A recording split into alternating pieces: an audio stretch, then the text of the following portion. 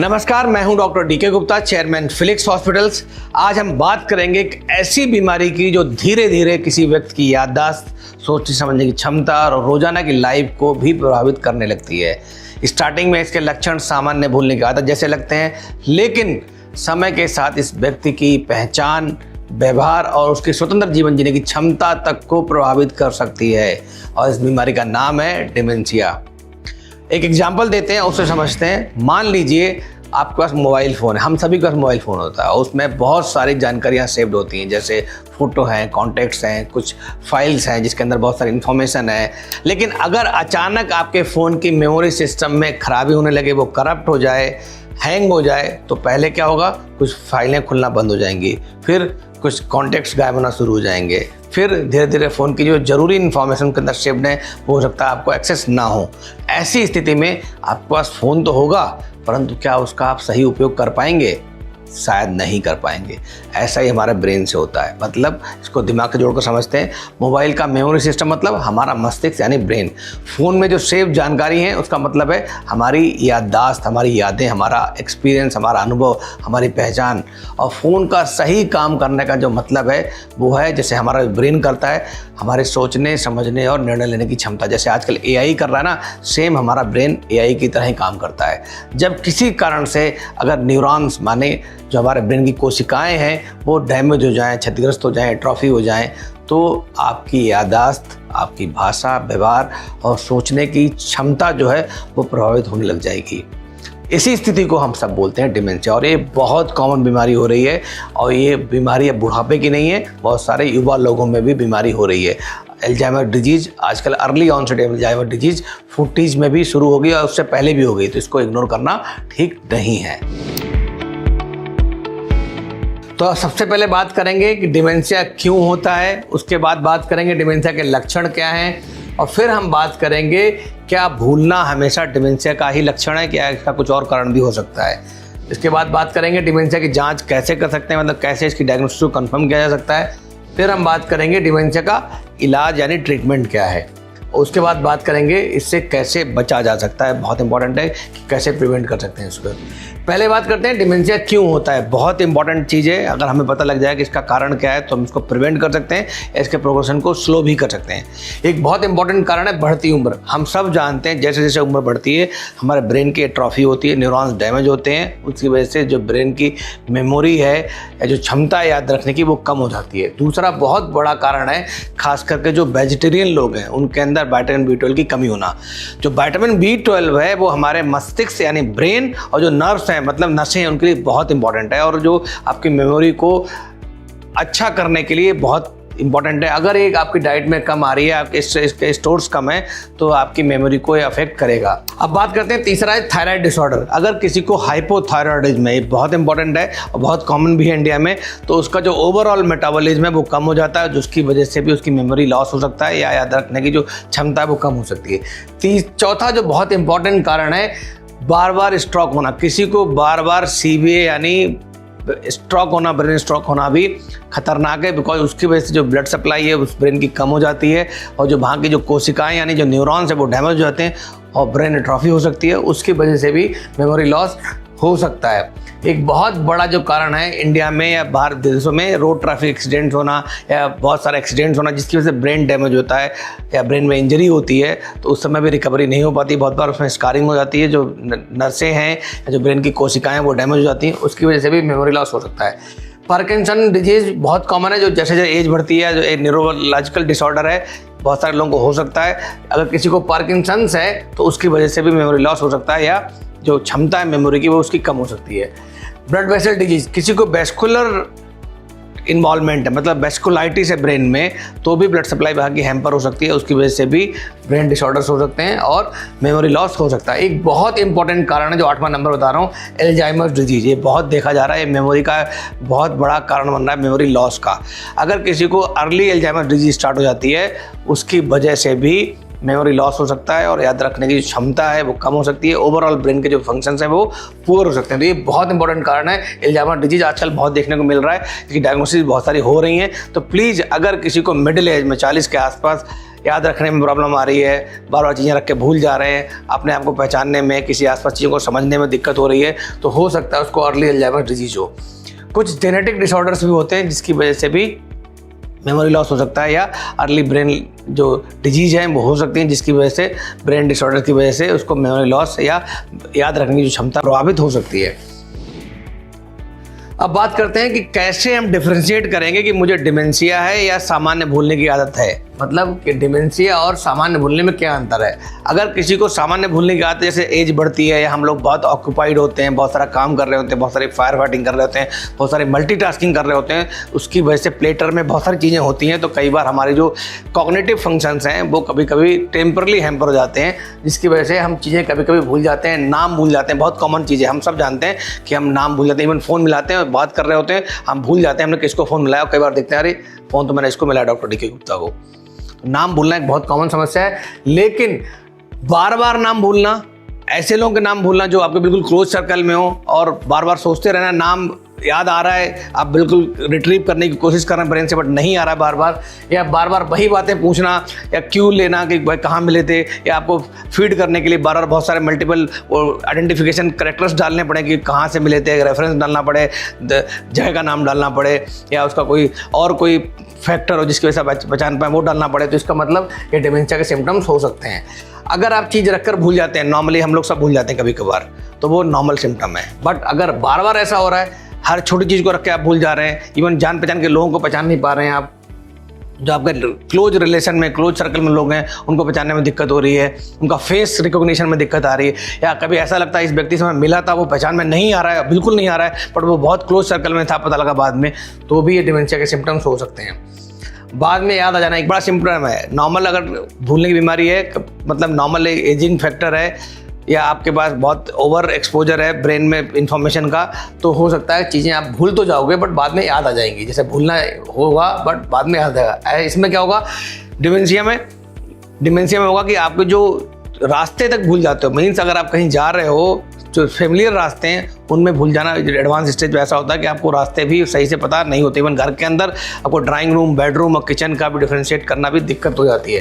तो रास्ते भूल जाना, घर में चीज़ें रखी हुई भूल जाना, आपने कोई चीज़ संभाल के रखी हुई है, याद कर रहे हो याद नहीं आ रही है, ऐसे सिम्टम्स आना, तो ये डिमेंशिया के सिम्टम्स हो सकते हैं। नॉर्मली जो हम लोग सामान्य भूलना है या जो जनरल जो मेमोरी फैक्टर है उसमें होता है कि आप चीज़ें अपनी कर लेते हो, अपने रूटीन फंक्शंस कर लेते हो, खाना पीना, कपड़े पहनना, सामान निकालना, फाइलिंग करना, पेपर वर्क करना, मोबाइल में सब चीज़ें स्टोर करना, इनको रिट्रीव करना, वो सब पॉसिबल है। मतलब डेली का काम आप सामान्य रूप से कर सकते हो। परंतु अगर आपको डिमेंशिया है और एडवांस स्टेज हो गई तो फिर आप अपना काम भी अच्छे से नहीं कर पाओगे, आपको असिस्टेंस चाहिए होगी, आपको केयर टेकर चाहिए होगा। एडवांस डिमेंशिया में बहुत सारे सिम्टम्स ऐसे होते हैं जिसकी वजह से आपका कॉग्निशन बहुत ख़राब हो जाता है और जो आपकी रूटीन एक्टिविटीज़ हैं वो भी हैम्पर होने लगती हैं। अब बात करते हैं डिमेंशिया के लक्षण क्या हैं। कैसे हम पहचानेंगे कि मुझे डिमेंशिया के अर्ली सिम्टम्स हैं और मुझे डॉक्टर के पास जाना चाहिए। पहला सिम्टम क्या है कि याददाश्त कमजोर होना, जैसा मैंने बताया कि मेमोरी लॉस होना। एक तो नॉर्मल वाली थी, अगर आपको फ्रिक्वेंट हो रहा है, बार बार हो रहा है, कॉमन चीज़ें भूल रहे हो, कॉमन दोस्तों को भूल रहे हो, कॉमन ऑब्जेक्ट्स को भूल रहे हो, या आपको किसी सेलिब्रिटी को नाम जानते हो, मिले हो बट याद आ रहा है और रिट्रीव करने में बहुत प्रॉब्लम आ रही है, तो फिर ये याददाश्त कमजोर होने के लक्षण हो सकते हैं, मतलब डिमेंशिया के लक्षण हो सकते हैं। डिमेंशिया का जो पहला सिम्टम यही है कि याददाश्त कमजोर होना, मतलब मेमोरी लॉस होना, चाहे वो पास्ट की रिसेंट मेमोरी हो या लॉन्ग टर्म मेमोरी हो। एक सवाल को बार बार पूछ रहा, मीन्स बहुत बार ऐसा होता है कि चीज़ें लोग समझ ही नहीं पाते क्या पूछ रहे हैं और बार बार भूल जा रहे हैं, वो उसी को रिट्रीवल साइकिल में चलते रहते हैं, तो बार बार एक ही सवाल को पूछना है, सिम्टम हो सकता है। अपनी चीज़ें रख के कहीं भूल जाना कि पेन कहाँ रख दिया है, जूते कहाँ रख दिए हैं, सॉक्स कहाँ रख दिए, मोबाइल कहाँ रख दिया, रिस्ट वॉच कहाँ रख दी है। अगर ऐसी चीज़ें घर में हो रही हैं, बार बार हो रही हैं, तो आपको डिमेंशिया के सिम्टम्स हैं, मतलब इसको इग्नोर करना नहीं चाहिए। बहुत बार ऐसा होता है कि कई बार हम बोलते हैं बट हमें वो वर्ड नहीं मिल पा रहा होता है। बट अगर ये रेगुलर हो रहा है कि आप कुछ बोलना चाह रहे हो, आपको व्यक्ति का नाम याद नहीं आ रहा है या आपको ये नहीं याद आ रहा है कि वो वर्ड कौन सा था, वोकेबुलरी में फाइंडिंग करना डिफ़िकल्ट हो जाता है, तो फिर ये सिम्टम्स है कि आपको ये डिमेंशिया का सिम्टम हो सकता है। अगर डिसीजन लेने में कठिनाई आ रही हो, मतलब कि अगर आपको डिसीजन ले रहे हो, बार बार डिसीजन लेने में प्रॉब्लम आ रही है, इट मीन्स आप एडवांस डिमेंशिया के स्टेज में आ रहे हैं, ये बहुत इंपॉर्टेंट सिम्टम है। अगर आपका ओरिएंटेशन खराब है, मतलब आपको तारीख, दिन, समय के बारे में नहीं पता है, प्लेस के बारे में नहीं पता है, कहाँ पे हो, जैसा बहुत बार बीमार लोगों को हो जाता है, तो भी अगर आप बीमार नहीं हैं, अस्पताल में भर्ती नहीं हैं, आपको कोई साइकोलॉजिकल डिसऑर्डर नहीं है, आपको न्यूरोलॉजिकल डिसऑर्डर नहीं है और ये आपको रोजाना हो रहा है बार बार, तो फिर ये डिमेंशिया का सिम्टम है, ये बहुत इंपॉर्टेंट सिम्टम है। इसके अलावा अगर किसी व्यक्ति के व्यवहार में अचानक चेंज दिख रहा है, न्यूरोलॉजिकल सिम्टम्स दिख रहे हैं उसको, जैसे मैंने बताया, उसको टाइम, प्लेस और पर्सन के ओरिएंटेशन में दिक्कत आ रही है, उसको छोटी छोटी बातें भूल रहा है, उसका जो अपना कॉग्निटिव फंक्शन है वो कम दिख रहे हैं, जो उसकी पर्सनालिटी चेंजेस दिख रहे हैं, बिहेवियर चेंजेस दिख रहे हैं, तो भी ये अर्ली डिमेंशिया के सिम्टम्स हो सकते हैं। अगर कोई व्यक्ति सडनली जो सोशल नेटवर्किंग है, सोशल एक्टिविटीज़ हैं, उसमें पार्टिसिपेट नहीं कर रहा है, उससे दूर जा रहा है, तो भी ये अर्ली सिम्टम्स हो सकते हैं। बिकॉज इसकी वजह से क्या कारण होता है, उसको डर लगता है कि मैं जाऊंगा, लोगों को पहचान नहीं पाऊंगा वहाँ पे, तो मेरा इंसल्ट हो गया, मुझे बुरा लगेगा या लोगों को अच्छा नहीं लगेगा। बिकॉज अब इस सिम्टम की वजह से ये बंदा वो चीज़ें छोड़ देता है। तो अगर ऐसा कुछ हो रहा है तो ये भी अर्ली डिमेंशिया का सिम्टम है। अब बात करते हैं डिमेंशिया को कैसे कंफर्म करेंगे, डायग्नोसिस को कैसे कंफर्म करेंगे, कौन सी जांच करेंगे, बहुत इंपॉर्टेंट है। तो पहले तो मेडिकल हिस्ट्री, जैसा मैंने बताया कि अगर ऐसे साइन और सिम्टम्स किसी को आ रहे हैं तो फिर वो डिमेंशिया के अर्ली साइन सिम्टम्स हो सकते हैं स्क्रीनिंग में। इसका मतलब उसको हमें देखना पड़ेगा और बहुत सारे टेस्ट कराना पड़ेगा। तो सिम्टम्स हैं, पास्ट हिस्ट्री है या कोई फैमिली हिस्ट्री डिमेंशिया की है तो भी बहुत इंपॉर्टेंट है। साथ में क्या करते हैं, तो इसकी एक टीम होती है डॉक्टर्स की, एक न्यूरोलॉजिस्ट होता है और एक न्यूरो साइकोलॉजिस्ट होता है। दोनों मिलकर कुछ टेस्ट करते हैं, जिसमें एक मेमोरी असेसमेंट टेस्ट है, कॉग्निटिव फंक्शन टेस्ट है जिसमें हायर फंक्शन चेक करते हैं हम लोग, और न्यूरोलॉजिकल एग्जामिनेशन करते हैं जो न्यूरोलॉजिस्ट करता है। इन सबको करने के बाद प्रोविजनल डायग्नोसिस बनाई जाती है उसको डिमेंशिया है या नहीं है। इसका कुछ ब्लड टेस्ट भी कराने पड़ते हैं, जो एडवांस टेस्ट है जिसमें एमिलॉइड का लेवल वगैरह देखते हैं, वो टेस्ट कराने पड़ते हैं, उससे कंफर्मेशन हो जाता है। इसके अलावा एमआरआई ब्रेन बहुत इंपॉर्टेंट है, सीटी में बहुत फाइंडिंग नहीं मिलती हैं, बट और कंफर्मेटरी डायग्नोसिस के लिए पैट सीटी एक बहुत इंपॉर्टेंट अल्टरनेटिव है, स्पेशली जो न्यूरोलॉजिकल डिसऑर्डर्स के लिए देखते हैं हम लोग, तो पैट सीटी से भी डिमेंशिया को डायग्नोसिस किया जा सकता है। अब बात करते हैं इसका इलाज क्या है। बहुत इंपॉर्टेंट है, डिमेंशिया का इलाज पॉसिबल है। अगर अर्ली डायग्नोसिस कर लेते हैं तो उसकी ट्रीटमेंट कर सकते हैं और पेशेंट की क्वालिटी ऑफ लाइफ को हम बहुत इंप्रूव कर सकते हैं। तो पहले तो हम कुछ दवाइयाँ देते हैं, वो न्यूरोलॉजिस्ट के सुपरविजन दी जाती हैं, तो उन दवाइयों से उसकी जो प्रोग्रेशन है एटलीस्ट वो स्लो कर दी जाती है और जिसकी वजह से उसकी जो लाइफ है वो बहुत इंप्रूव हो जाती है। मेमोरी एनहेंसमेंट थेरेपीज होती हैं, जो बिहेवियरल थेरेपी होती हैं वो करनी होती है, कॉग्निटिव ट्रेनिंग्स होती हैं, बहुत सारे ऐप आ गए हैं, बहुत सारे ऐसी एक स्किल्ड गेम्स हैं जिनको खेलने से, जिनको इन्वॉल्व होने से, जिनको करने से अपनी कॉग्निटिव ट्रेनिंग को इम्प्रूव कर सकते हो। बिहेवियरल थेरेपी होती हैं, फिजिकल एक्टिविटीज़, ये बिल्कुल देखा गया है कि अगर आप कार्डियो कर रहे हैं, फिजिकल एक्टिव हैं, तो आप डिमेंशिया होगा नहीं, अगर डिमेंशिया होगा तो स्लो प्रोग्रेशन होगा। तो फिजिकल एक्टिविटी स्पेशली कार्डियो बहुत इंपॉर्टेंट है। न्यूट्रिशनल सपोर्ट्स, जो बात करते हैं न्यूट्रिशनल सपोर्ट मतलब ऐसे खाना खाने से जिससे हमारे ब्रेन के फंक्शंस इंप्रूव होते हैं, वो बहुत इंपॉर्टेंट है। खास करके जो मेडिटेरियन डाइट होती है जिसमें green leafy vegetable, seasonal fruits ये खाने चाहिए, प्लस ओमेगा जो फैटी एसिड्स वाले रिच फिश हैं जैसे सैल्मन फिश है वो सब खानी चाहिए। तो अगर वो सपोर्ट दे रहे हैं तो उससे भी बहुत मेमोरी इंप्रूव हो सकती है। परिवार की काउंसलिंग बहुत इंपॉर्टेंट है, बिकॉज परिवार वाले हमेशा समझते हैं तो बीमारी नहीं, ये कहीं ना कहीं अलग चीज़ है जिसकी वजह से पूरा उनका लाइफ का या पूरे फैमिली का जो इन्वायरमेंट है वो इकोसिस्टम वो ख़राब हो रहा है। तो कहीं ना कहीं परिवार की जो सपोर्ट है बहुत इंपॉर्टेंट। ऐसे बहुत सारे लोग मैंने देखे हैं, ऐसे अपने पेरेंट्स को वो कहीं ना कहीं जो ओल्ड एज होम्स हैं उसमें छोड़ देते हैं, बहुत सारे आश्रम में छोड़ देते हैं, वो बिल्कुल ठीक नहीं है। ऐसे केस में चाहते हो अगर आपका पेरेंट्स ठीक रहे, उनको क्वालिटी ऑफ लाइफ अच्छी रहे, उनका ब्रेन फंक्शंस अच्छे रहें या इंप्रूव हो जाए, प्रोग्रेशन स्लो हो जाए, तो प्लीज़ उनको अपने साथ रखिए और उनको परिवार का पूरा support, mental, physical, social, financial, हर तरह का सपोर्ट मिलना चाहिए, बहुत इंपॉर्टेंट है। और डॉक्टर से नियमित फॉलोअप कराना और ब्लड टेस्ट कराना ये भी बहुत इंपॉर्टेंट है, अगर हम चाहते हैं उसका प्रोग्रेशन स्लो हो या उसको हम प्रिवेंट कर सकें। बात करेंगे इससे कैसे प्रिवेंट कर सकते हैं, कैसे बच सकते हैं, because prevention is better than cure, हम सब जानते हैं। प्रिवेंशन कैसे कर सकते हैं, ब्लड प्रेशर अगर है तो उसे कंट्रोल रखें, अगर नहीं है तो ब्लड प्रेशर ना हो इसका ध्यान रखें, बिकॉज ब्लड प्रेशर बढ़ने से आपको सीबी यानी कि सेरेब्रोवास्कुलर अटैक्स बढ़ जाते हैं, मीन्स स्ट्रोक के चांसेस बढ़ जाते हैं और वो भी कहीं ना कहीं मेमोरी लॉस करता है। या इसकी वजह से बहुत सारे न्यूरॉन्स भी डैमेज होते हैं। जब ब्लड प्रेशर बढ़ता है तो जो ब्रेन के अंदर जो न्यूरॉन्स है वो डैमेज होते हैं, उसकी वजह से भी डिमेंशिया होने की संभावना बढ़ जाती है। दूसरा जो है डायबिटीज़ और कोलेस्ट्रॉल को कंट्रोल करें, ये बिल्कुल देखा गया। डायबिटिक न्यूरोपैथी होती है, डायबिटीज़, लॉन्ग स्टैंडिंग डायबिटीज़ और अनकंट्रोल्ड डायबिटीज़ कहीं ना कहीं ब्रेन में बहुत सारे फंक्शंस को इन्वॉल्व करती है, अफेक्ट करती है, स्पेशली कॉग्निटिव फंक्शंस को अफेक्ट करती है, जिसमें मेमोरी भी है। तो इसलिए डायबिटीज़ को कंट्रोल करें। और कोलेस्ट्रॉल मतलब लिपिड प्रोफाइल, जो इसमें एलडीएल को कम कर रखना है, ट्राइग्लिसराइड्स को कम रखना है, कोलेस्ट्रॉल को कम करना, एचडीएल को बढ़ाना है, ये बहुत इंपॉर्टेंट है। एक्सरसाइज, जैसे मैंने पहले बताया, एक्सरसाइज करना बहुत बड़ा एक सिंगल मोस्ट इंपॉर्टेंट फैक्टर है। डाइट और एक्सरसाइज बहुत इंपॉर्टेंट है। तो अगर एक्सरसाइज आप करते हैं नियमित तो भी डिमेंशिया का जो प्रोग्रेशन है बहुत स्लो हो सकता है। एक जो स्किल्ड एक्टिविटीज, ब्रेन के लिए जो स्किल्ड एक्टिविटीज है, जैसे नई लैंग्वेज सीखना, नया गेम सीखना, नया कोई क्या नाम है एक्टिविटीज़ करना, सोशल गेट टुगेदर्स करना, मानसिक जो बुक्स पढ़ना, ये बहुत इंपॉर्टेंट है आपकी मेंटल जो स्किल्स हैं वो उनको इम्प्रूव करने के लिए। कोई नई लर्निंग कर लें, मैंने बताया, कोई नया गेम सीखें, कोई नई लैंग्वेज सीखें, नए लोगों से मिलना, नई जगह घूमना, कुछ भी नया करें। मतलब आपको कुछ ना कुछ नया अपने एज के साथ करते रहना चाहिए। अदरवाइज़ क्या होगा, आपका जो ब्रेन के कॉग्निटिव फंक्शन है वो स्लो जाएंगे। बहुत बार हम देखते हैं जो छोटे बच्चे होते हैं वो ब्रेन में बहुत ज़्यादा कस्टमाइज हो जाते हैं, उनसे एडेप्ट कर जाते हैं और बहुत सारे फंक्शंस को, ऐप्स को हमसे बेहतर कर लेते हैं, बिकॉज वो नया नया कुछ ना कुछ सीखते रहते हैं। हम बिकॉज एज के साथ साथ चीज़ें, हमारी लर्निंग कैपेसिटी है उसको कम करते हैं, उसकी वजह से प्रॉब्लम्स आते हैं। तो इसलिए हमें नई चीज़ें सीखते रहना चाहिए, बहुत इंपॉर्टेंट है। स्मोकिंग और एल्कोहल बहुत इंपॉर्टेंट रिस्क फैक्टर है। ये स्ट्रोक बढ़ाता है, हाइपरटेंशन को बढ़ाता है, हार्ट अटैक को बढ़ाता है और ब्रेन फंक्शन को भी डिक्लाइन करता है, इनको ख़राब करता है। तो ये बहुत इंपॉर्टेंट रिस्क फैक्टर है।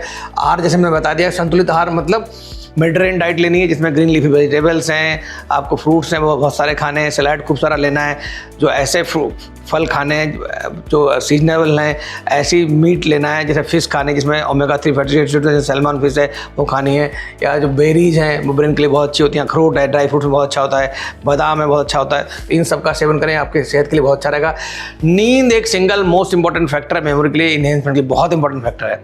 अगर 6 से 8 घंटे से आप कम सो रहे हैं तो आपके ब्रेन के लिए एडवर्स है, ये बहुत इंपॉर्टेंट रिस्क फैक्टर है। अगर आप क्वालिटी ऑफ नींद अच्छी लेते हैं, मतलब आपको अगर कोई स्लीप डिसऑर्डर नहीं है और स्लीप की क्वालिटी अच्छी है, स्लीप की ड्यूरेशन भी अच्छी है, तो आपको ब्रेन की जो फंक्शंस हैं वो अच्छे रहेंगे, कॉग्निटिव फंक्शंस इंप्रूव होते रहेंगे और मेमोरी लॉस यानी डिमेंशिया का भी खतरा कम हो जाएगा।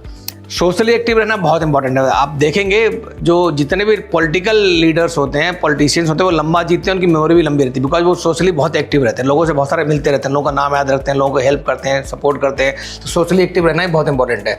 और सबसे इंपॉर्टेंट लास्ट वाला पॉइंट है कि अपने हेल्थ चेकअप रूटीन जरूर कराएं, जिसमें बेसिक ब्लड टेस्ट कराना, स्क्रीनिंग कराना, इवन MRI ब्रेन कराना, साल में 1-2 बार, साल या 2 साल में 1 बार कराना, बेसलाइन बहुत इंपॉर्टेंट है। उससे हमें आपकी ब्रेन की बेसिक चीज़ें पता लग जाती हैं। अगर कोई ऐसे सिम्टम्स आते हैं तो उसका हम फॉलोअप में टेस्ट वो करा के उसको रिव्यू कर सकते हैं, असेस कर सकते हैं कि बीमारी का प्रोग्रेशन है या नहीं है। अगर प्रोग्रेशन है तो उसके हिसाब से हम ट्रीटमेंट भी स्टार्ट कर सकते हैं, उस प्रोग्रेशन को स्लो या कंट्रोल कर सकते हैं। तो आपने समझा, डिमेंशिया जो है वो केवल भूलने की बीमारी नहीं है, ये एक ब्रेन का डिसऑर्डर है, बीमारी है, ये एक ऐसी कंडीशन है जो व्यक्ति की याददाश्त को तो खराब करती ही करती है, उसकी सोचने समझने की क्षमता को भी प्रभावित करती है, इवन उसके जीवन जीने की जो प्रक्रिया है, जो उसकी क्षमता है, उसको भी प्रभावित कर देती है। उसकी लाइफ को इंडिपेंडेंट जीना भी उसके लिए मुश्किल हो जाता है। अगर हम इसको सही समय पर पहचान लें, सही समय पर डायग्नोसिस बना लें, सही इलाज देते हैं और परिवार के लोगों का सहयोग रहे मरीज के लिए, तो उसकी जो क्वालिटी ऑफ लाइफ है उसको बहुत बेहतर किया जा सकता है। याद रखिए, यदि किसी व्यक्ति में बार बार भूलने की समस्या हो, पहचानने में परेशानी हो रही हो, उसके व्यवहार में रिसेंट चेंजेस दिख रहे हो, आपको ऐसे कोई भी लक्षण दिख रहे हो, तो उसको बिल्कुल इग्नोर नहीं करना चाहिए। हमें ये नहीं मानना चाहिए कि उम्र का असर है, इसको समझ के नज़रअंदाज नहीं करना चाहिए। ऐसे व्यक्ति को तुरंत किसी न किसी न्यूरोलॉजिस्ट या फिजिशियन को दिखाना है। अगर डिमेंशिया के सिम्टम्स हैं, डिमेंशिया के साइन हैं और डायग्नोसिस पे कंफर्म होता है तो उसका इलाज भी कराना चाहिए किसी क्वालिफाइड न्यूरोलॉजिस्ट से, अच्छे अस्पताल में, अच्छे सुपरविजन में। ये बहुत इंपॉर्टेंट है। Thank you so much.